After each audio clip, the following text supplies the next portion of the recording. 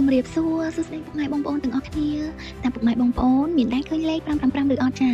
មិនថាបងប្អូនឃើញនៅលើទូរស័ព្ទនៅលើនាឡិកានៅលើ comment នៅលើការ share ការ post ឬក៏ឃើញនៅកន្លែងណាក៏ដោយចាបងប្អូនចង់ដឹងអត់ថាលេខ555នឹងមានអត្ថន័យយ៉ាងណាទៅ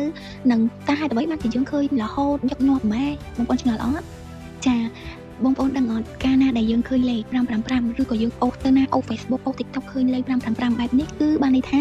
គឺជាការផ្លាស់ប្ដូរនៃខ្សែជីវិតថ្មីភាពរីកចម្រើននិងការទទួលបាននូវលាភសំណាងធំទ្វេដងចាដូច្នេះមិនថាបងប្អូនក៏លេខមើលនាឡិកាឬក៏អូសទូរស័ព្ទជួបលេខ555នេះជាញឹកញាប់នោះគឺជាសញ្ញាល្អបញ្ជាក់ថារាល់ក្តីបារម្ភឬក៏ភាពភ័យខ្លាចកាលពីមុនត្រូវបានរំសាយចោលអស់ហើយចាចក្រវាលគឺកំពុងតែបើកផ្លូវឲ្យយើងចក្រវាលគឺកំពុងតែជូនពរយើង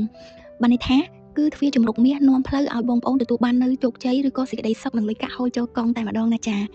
ដូច្នេះនៅពេលដែលបងប្អូនបានឃើញលេខនេះជាញឹកញាប់គឺចក្រវាលកំពុងតែផ្ញើសារប្រាប់បងប្អូនហើយឲ្យយើងជឿជាក់ទៅលើខ្លួនឯង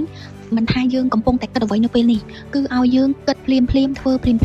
ពីព្រោះថាចក្រវាលគឺកំពុងតែផ្ញើសារប្រាប់យើងថាអ្វីដែលយើងកំពុងនឹងគិតនឹងគឺត្រូវហើយដូច្នេះពុកម៉ែបងប្អូនកុំនៅចាំទៀតទេសោះចាប់តាមធ្វើចង់ធ្វើអីក៏ត្រូវតែប្រញាប់ធ្វើចក្រវាលបើកផ្លូវហើយ